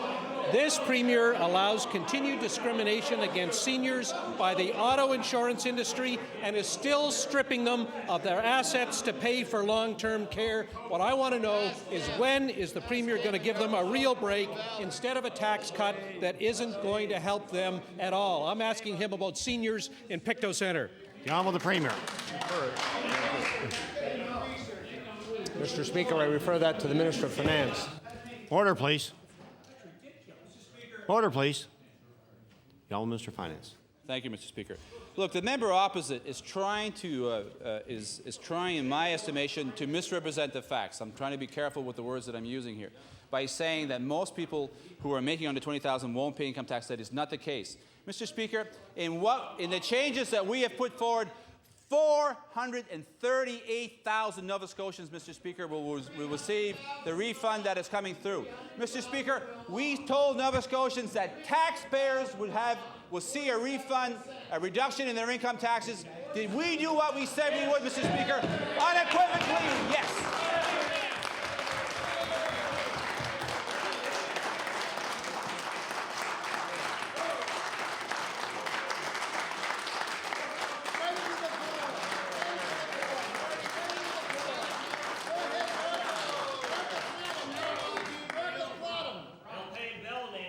Order, please. Young member for Halifax, Shabukto, on your final supplementary. Thank you, Mr. Speaker, and I'm going back to the Premier with this one. Again, let me draw his attention to the income level of single-parent families in Pictou Centre, his home constituency. Single-parent families in Pictou Centre earn an average of $15,670, and I don't think that most of them are making enough to be paying income taxes, especially given childcare and other deductions. So I'd like to know from the Premier, it's seniors, it's single parents, it's women, it's low-income earners, and many others in his home constituency of Pictou Centre who will get little or nothing from his tax cut. When are you going to give them a real break? When? Honourable Premier. I refer that to the Minister of Finance. Minister of Finance. Mr. Speaker, I've been listening to the questions coming from the member from Halifax, Shabukto, and I know that the leader of the NDP party has said that he will allow the tax reductions to go through, and so in other words, he supports them. So the fact of the matter is that we find ourselves here with the NDP party sort of trying to play both sides against the middle. A party that's saying that why don't you just simply bring about changes to HST when they know very clearly, Mr. Speaker, you couldn't reduce HST unless you had all three provinces agree to it. So the fact is, Mr. Speaker, what we have here is the NDP party talking both sides against the middle. The fact is, we will stand on the promise we made Nova Scotians that we will lower taxes and grow our economy. If you don't agree with that, Mr. Speaker, stand up and say it. The honourable member for Glace Bay. Thank you, Mr. Speaker. Mr. Speaker, last night another Nova Scotia university increased its tuition rates for next year. And Mr. Speaker, to say that students are angry with that decision would be indeed an understatement. That's not a tax break. This Conservative government, Mr. Speaker, cut the debt relief program and kept millions of dollars from the Millennium Scholarship and also froze operational funding to universities. Now, Mr. Speaker, we know that the Tories are going to say they're investing in universities to help address rising tuition rates. Well, Mr. Speaker, my question for the Education Minister is, given these increases, can the Minister explain again to students in this province how his department's recent university funding investment has in fact helped address the burden of yet another tuition increase on our already overburdened students? The Honourable Minister of Education. Thank you very much, Mr. Chairman, and the honourable member is quite correct. I will speak to the fact that we increased funding to universities by an amount of $6 million, that we have brought our total funding to universities up to $207 million, and we have also brought forward a debt reduction program which will allow students who graduate from Nova Scotia, from universities, to reduce their total debt by in excess of 40%. Mr. Speaker, and that's the program that we're bringing forward to assist universities and to assist students. Now, member for Glace Bay on your first supplementary. Thank you, Mr. Speaker. Mr. Speaker, as I said, this government is predictable, if it's anything. Mr. Speaker, in a speech last month about university funding investment, the minister stated, "With this money, our universities can manage rising costs while maintaining quality programs for our students and limiting future tuition increases." But what the minister glossed over, Mr. Speaker, was an important fact in his announcement. University funding will continue to remain at the same level next year as it did this year. Mr. Speaker, my question for the minister: can the minister tell the students in this province how freezing operational funding to Nova Scotia universities, how this government will help guard students against increased tuition rates next year? The Honourable Minister of Education. Well, Mr. Speaker, I'm glad to hear the honourable member talk about what this government will be doing next year, because he should, if he manages to get back here, he can sit back and watch us, because we'll continue to add to the universities. Now, member for Glace Bay on your final supplementary. 16 votes, Angus. 16 votes. Mr. Speaker, I know the students of this province don't want me to make fun of the minister and the small majority that he got here with in the first place, so I'm not going to do that. It's more serious than that, Mr. Minister. It's not a matter of politics. Order, please. Order, please. Y'all member, order, please. Y'all member Glace Bay on your final supplement. Mr. Speaker, we know a 7.5% tuition hike at Dell will mean tuition will rise to about $5,200 next year, Mr. Minister. And Dalhousie is not alone. There are other universities facing tuition hikes, all of which are in addition to last year's increases.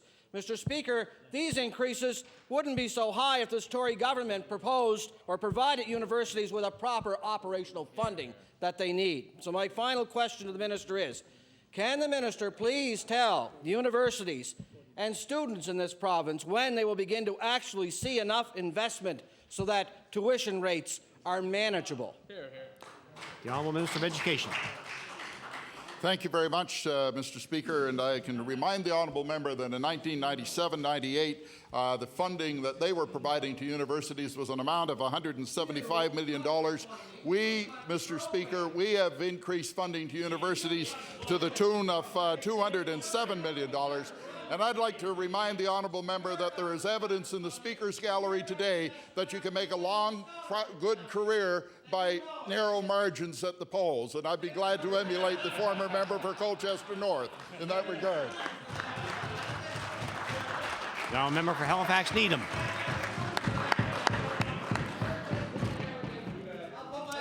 Thank you, Mr. Speaker. Order, please. Order, please.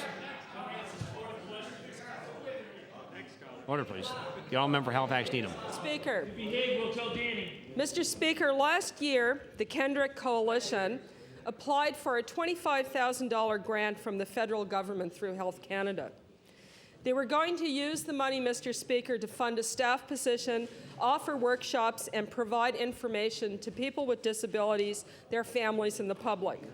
Mr. Speaker, at first their application met with a favorable response, but then they got word their funding was turned down.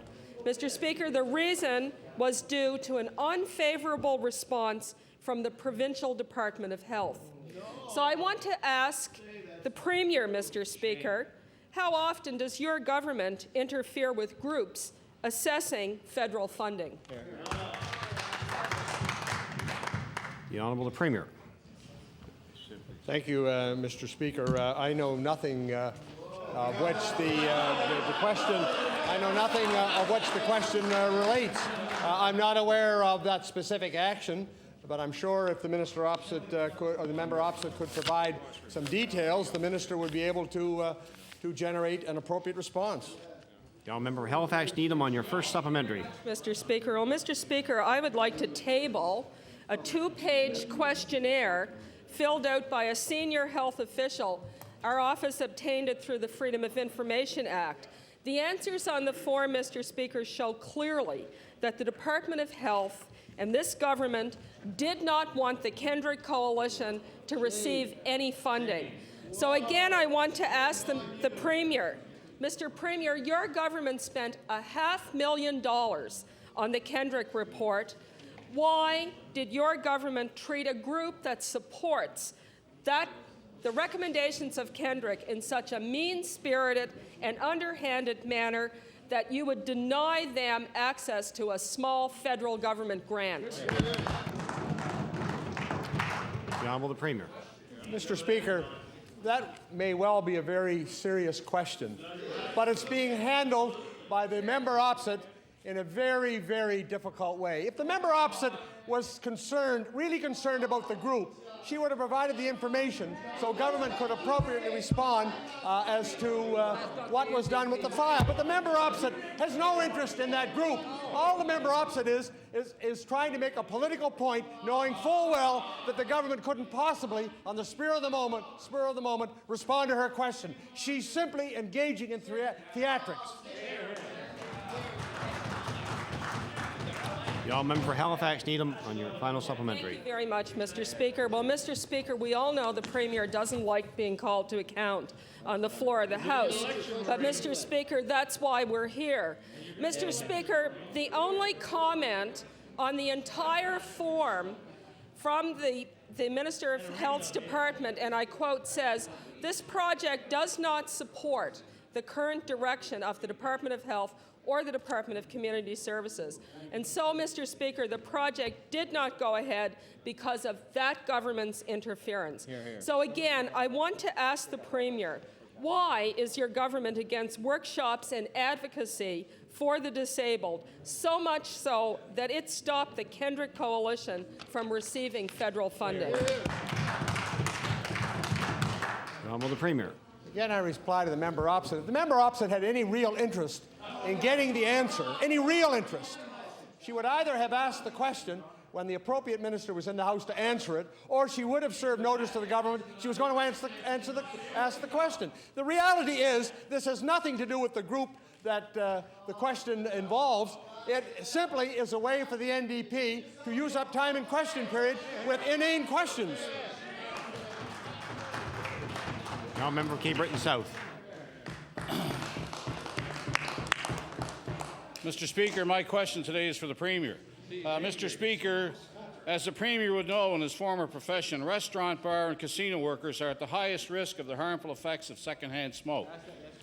And Mr. Speaker, while there has been a quick move by the Minister of Finance to exempt the casino from the HRM bylaw, the Premier has failed to show any leadership when it comes to protecting casino workers from secondhand smoke.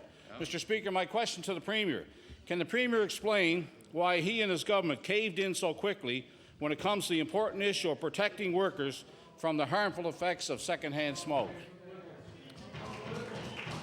The Honourable the Premier. Thank you, Mr. Speaker, and I refer that to the minister responsible for the Gaming Corporation. The Honourable Minister of Finance. Mr. Speaker, the member opposite was part of a government that signed an agreement with the casino. And Mr. Speaker, within that contract, there are provisions for termination of the contract if changes in such things as municipal bylaws are put in place. We have tabled in the House amendments to the Gaming Corporation Gaming Control Act, which will allow us only if required, Mr. Speaker, to be able to deal within 30 days. That is the window of opportunity that the government has to remedy the situation. The money involved, Mr. Speaker, the punitive damages to the province is well over $100 million. We have acted responsibly in dealing with this issue. The Honourable Member for Cape Breton South on your first supplementary. Mr. Speaker, we're talking about a health issue here, Mr. Speaker, and the Premier of this province is a medical doctor in this province, and he ducks the question and sends it off to his finance minister. We're talking about an issue here. Mr. Speaker, that kills people in this province, and the Premier refers it to the finance minister to answer. Mr. Speaker, the government loves to point fingers at everybody else when it comes to a problem this government is having in dealing with an important issue, such as health issues of the people of this province. This whole issue is unfolding as it is makes no sense, Mr. Speaker. Yesterday, the Minister of Finance said that they were bringing in legislation in case the casino decided to walk away because of the HRM bylaw. Mr. Speaker, that's like laying all your cards on the table and then telling your opponents to bid on the hand. Mr. Speaker, my question again to the Premier. Can the Premier tell us what recent indication his government received that the casino was prepared to walk away from a profitable opposition, or operation, I should say, as a result of the HRM bylaw? The Honourable the Premier. Thank you very much, and I refer that to the Minister responsible for the Gaming Corporation. Finance. Mr. Speaker, bring up 2 points. The first thing, the member opposite is saying that we don't show concern in regards to smoking. Mr. Speaker, this government tabled the provincial smoking legislation that made marked improvements. That member was part of a cabinet that had a smoking legislation that they kept in the desk and never let come to light of day. Don't talk to us, Mr. Speaker, about protecting people. We have put smoking legislation in place that does so. The other thing that happens, Mr. Speaker, in regards of the casino, the fact of the matter is that now we can respond within 30 days. Subsequent to that, we can also go to dispute resolution process after that. If it happens, Mr. Speaker, if it happens that we win, then we can reverse the situation and the smoking bylaw will apply to those casinos. We have given ourselves options with the contract that's present. I think we've acted responsibly, and it's over $100 million. We've basically, I think, acted more than responsibly in a difficult situation. Honourable Member Cape Breton South on your final supplementary. Mr. Speaker, the Minister of Finance knows full well the casino's not going to walk from Halifax because of this issue. He knows full well they're not going to walk.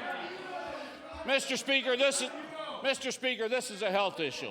This is a health issue that the Premier continues to duck. A health issue the Premier continues to duck. Mr. Speaker, let me see if I can get this straight. You have a Smoke-Free Places Act that doesn't create smoke-free places. You have admitted that the health of workers is less important than the interests of the casino. And now you've brought in legislation to deal with a hypothetical situation. My final supplementary, Mr. Speaker, again to the Premier. Why is your government, Mr. Premier, admitting defeat before they even entered into negotiations with the casino? The Honourable the Premier. Thank you very much, and I refer that to the Minister responsible for the Gaming Corporation. Minister of Finance. Mr. Speaker, the member opposite is not listening to the answers that I'm giving him. We have put in place the ability for the province to answer within 30 days. That member knows very well. Oftentimes, Mr. Speaker, it's difficult to pass a piece of legislation within 30 days. We have put something in place that we can deal quickly with an issue if it comes forward.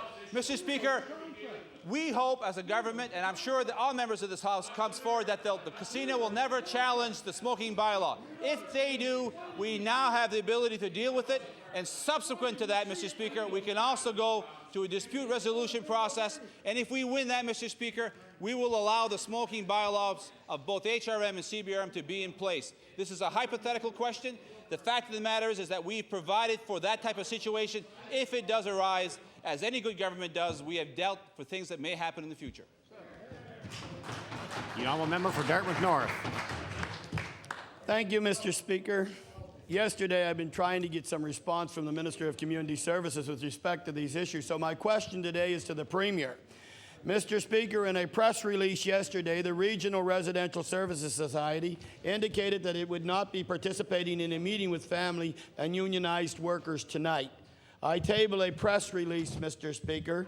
The Executive Director, Beverly Wick, states, and I quote, "It would be dishonest for us to participate because we have nothing new to bring to the table." End of quote. I asked the Premier, how can you continue to deny your government has a role to play in this dispute when it is clear that only the Minister of Community Services has the ability to resolve this job action? The Honourable the Premier. Thank you very much, Mr. Speaker. It is a difficult situation for residents. It is a difficult situation for workers. But there is a labour dispute resolution method in this province. There is a process to be followed, and we encourage both sides to follow the process. The Honourable Member for Dartmouth North on your first supplementary. Mr. Speaker, the Premier and his minister can create an action that will put the people back at the table. Mr. Speaker, the Executive Director also states, and I quote, "We are 100% funded by the Department of Community Services, and there is a cap on the salary amount they provide us." A cap on the salary amount they provide us. It's a fundamental issue over which we have no control. This group of volunteers has been hung out to dry by the Minister of Community Services. He tightens the purse strings and lets the agencies deal with the fallout. I asked the Premier, is this the treatment that any agency funded by your government can expect if they experience a labour dispute? The Honourable Premier. Thank you, Mr. Speaker, and I refer that to the Minister of Environment and Labour. The Honourable Minister of Environment and Labour. Yes, Mr. Speaker, in response to the Honourable Member from Dartmouth North, we have a conciliator in place. He's one of our senior conciliators, and he is on standby and willing to meet with the opposing parties at any notice, Mr. Speaker. And I can assure the Honourable Member that Mr. Weir was most anxious to get the parties back to the table. The Honourable Member for Dartmouth North on your final supplementary. The most important thing here, Mr. Speaker, is to the Premier. It's a matter of them providing the funding that will put the people to the table. Mr. Speaker, what is most tragic is that the vulnerable residents and their families are caught in the middle of this battle. The continued refusal of the minister to exercise his authority in this strike while people are suffering borders on negligence, Mr. Speaker. My question to the Premier is, you have the power, your government holds the purse strings. When will you finally accept the responsibility that goes with it, step in, and end this terrible situation? The Honourable Premier. Mr. Speaker, I refer that to the Minister responsible for Environment and Labour. The Honourable Minister of Environment and Labour. Thank you, Mr. Speaker. Mr. Speaker, the New Democratic Party has one answer to every job dispute that comes along, and that's simply throw money at the problem. Well, Mr. Speaker, we have a process, and we will follow that process through. The Honourable Member for Glace Bay. Thank you, Mr. Speaker. Mr. Speaker, my question is to the Minister of Education. Mr. Speaker, last year, École Beaufort was closed, and the Minister of the day, the member from Halifax Citadel, badly bungled an attempt to keep the school open. The former minister baked up a short-term shoestring duct tape response that she knew was going to cause a disruption and would need to be revisited. Well, Mr. Speaker, we now have a new minister wanting to work with the Halifax Regional School Board to reopen École Beaufort. A new minister trying to make up for the previous minister's mistakes. It's now April, Mr. Speaker, the end of the school year, fast approaching, so my question to the minister is, when will his government be able to inform the parents of École Beaufort, the same ones neglected by the former minister, that their school will finally reopen? The Honourable Minister of Education. Thank you very much, Mr. Chairman, and I can say to the House that as a result of the very constructive work of my predecessor to enhance opportunities for French language students in this province, that the Université Sainte-Anne Collège de l'Acadie have looked for campus space in Metro, and they identified the school École Beaufort as being suitable to their needs. That created an opportunity. If they so decide to move into that facility, they don't need all of the space, and if the facility were open, then there would be the potential of space for students to go from the Halifax Regional School Board to attend that facility, and that is what is being explored. The Honourable Member for Glace Bay on your first supplementary. Well, Mr. Speaker, the minister may be a little confused. It was the former minister who actually closed the school. Now, Mr. Speaker, my question again to the Minister of Education. The parents were locked out of the final process despite assurances from the former minister that they would be included. The boundary line for the replacement school just happened to run along the minister's constituency boundary lines, Mr. Speaker. Mr. Speaker, this led many to charge that perhaps the former minister was playing politics. Mr. Speaker, I hope this government is not playing politics with the parents and children of École Beaufort.